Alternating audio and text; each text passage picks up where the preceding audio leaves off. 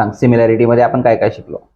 Basic proportionality theorem, converse of basic proportionality theorem. Basic proportionality theorem हा कधी वापरतो आपण? जेव्हा एका त्रिकोणाला समांतर असणारी रेषा त्रिकोणाच्या दोन्ही भिन्न बिंदूंना सारख्या प्रमाणात विभागते, तेव्हा बेसिक प्रॉपोर्शनॅलिटी थेरम वापरतात. अच्छा, त्याच्यानंतर कुठला थेरम शिकलो? कन्व्हर्स. त्याच्यानंतर पुढचा theorem angle bisector. Angle bisector कधी वापरता तो? जेव्हा एका त्रिकोणाचा दुभाजक त्रिकोणाला सारख्या प्रमाणात विभागतो तेव्हा.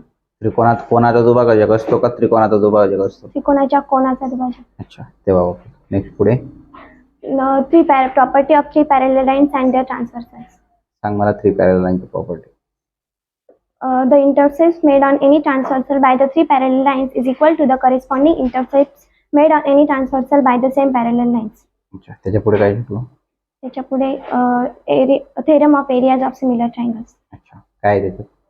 जेव्हा दोन त्रिकोण सारखे असतात तेव्हा त्या त्रिकोणांच्या क्षेत्रफळांचे गुणोत्तर हे त्यांच्या संबंधित बाजूंच्या वर्गांच्या गुणोत्तर एवढे असते. अच्छा, आता हे झालं त्रिकोणाच्या क्षेत्रफळांचं गुणोत्तर. पण सिमिलर ट्रायंगलचं पण रेशो बघितलंय, ते कसं आहे? सिमिलर ट्रायंगलचा रेशो,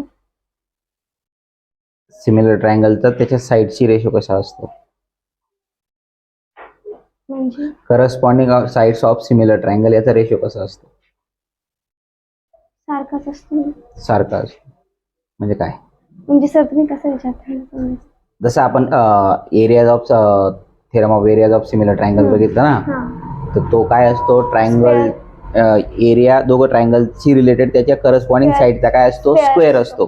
तसं सिमिलर ट्रायंगल, फक्त सिमिलर ट्रायंगल सांगतोय मी, स्क्वेअर नसतो. हा, त्याचे फक्त corresponding side in the same proportion मध्ये असतात. त्याच्या पुढे काय शिकलो? बस एवढं शिकलो. त्याच्यानंतर तीन प्रॉपर्टी शिकलो. कुठल्या?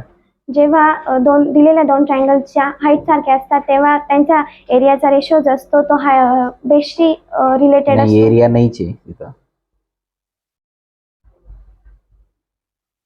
पुढे क्वाड्रॅटिक इक्वेशन ला होती. काय शिकलो? क्वाड्रॅटिक इक्वेशनला जनरल फॉर्म काय quadratic equation? ax square plus bx plus c is equal to 0. Linear coefficient कोणता आहे त्याच्यामध्ये? bx. bx का फक्त b? b. आणि constant? c.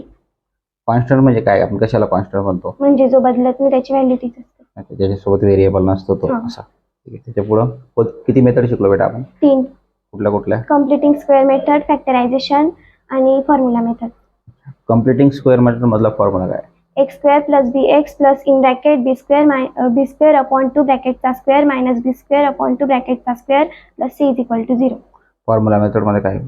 x is equal to minus b plus minus in root b square minus 4ac upon 2a.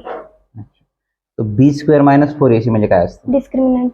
अच्छा, nature of the route शिकलो आपण. काय आहे त्याची nature of? Value of discriminant जर 0 असली तर nature of root real and equal. Value of discriminant जर प्लस मध्ये किंवा मोर दॅन 0 असली तर रिअल अँड अनइक्वल, आणि जर मायनस मध्ये असली किंवा मग लेस दॅन 0 असली तर अनरिअल.